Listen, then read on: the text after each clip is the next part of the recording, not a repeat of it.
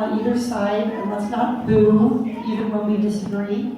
Let's limit ourselves to either clapping or waiting in silence and continuing to express your opinion in a way that respects the rights of everybody in this room. Here, here.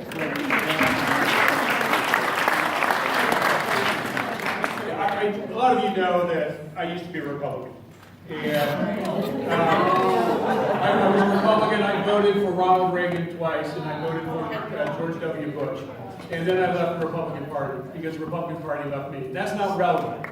But the reason I bring it up is because Ronald Reagan, while there are many policies that I do not agree with, he conducted himself in a manner that made you feel good about your country, about your fellow members of your country, the fellow citizens, the direction, the shining city on the hill. And we've had many other presidents before him and after him who have espoused the same type of leadership, that we are better together than against each other.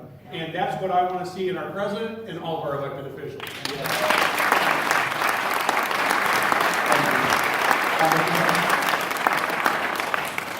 It is with a lot of sadness that I have to agree with my colleague that I think this president is failing to respect those who may be different from him, or those who may be different from those who he perceives to be his supporters.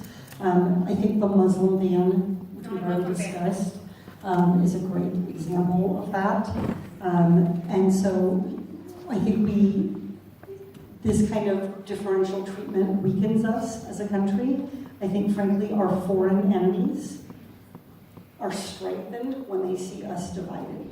And so I think if we care about the strength of this country, if we care about the security of this country and its ability to lead in the world and to keep us all safe from those foreign attacks, that a country that is strong and is united, that shows respect to everyone within its borders, is a country that is ultimately going to be safer. I will tell you that I have been really sad by some of the hate crimes that have occurred and the hateful actions that have occurred in Orange County during the campaign and since. We just had a very serious anti-Semitic incident at Newport Harbor High School.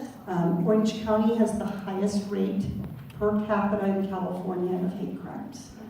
And that is a shame in a community that has so much diversity and so much talent. And so I think there's a lot of work for us to be doing in our communities. Part of the reason I mentioned to all of you that half of our neighbors feel one way about the Freedom and Promise Act and half of our neighbors feel the other way is to make sure that we recognize that it's not just about your elected officials, it's also about getting our community to a place where we respect each other. I have done town halls at synagogues. I have done town halls at community buildings. I have done town halls at mosques. And one of the things that I hear at a lot of these town halls, particularly from our young people, who I commend for being willing to speak up about it, is the bullying, often along racial or religious bases, that they are facing in school. So our president's rhetoric is making this situation worse, and it is endangering all of us in our community. The shooting in Poway, the terrible attacks in New Zealand, these are all things that we should be condemning and seeking to try to bring our country and the world closer together and not farther apart. And I think I just want to say I want to end where Harley started, which is leadership is about bringing people together for respectful conversation. It's not about sowing unnecessary.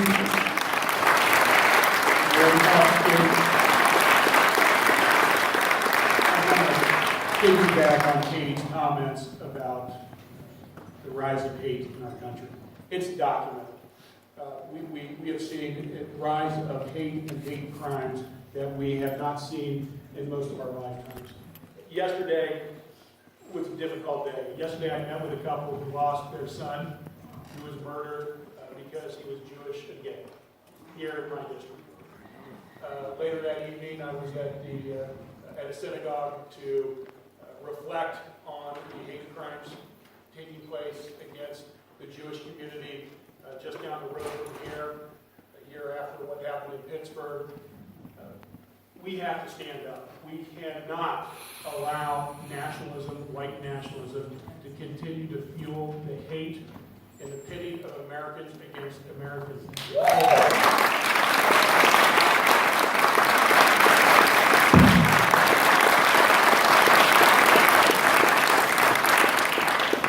And thank you for clapping, because that's one of those statements you just expect everybody to clap because it's obvious that's the right thing to do. And with your help, continue to fight the good fight because our country can be greater and better than it ever has been before.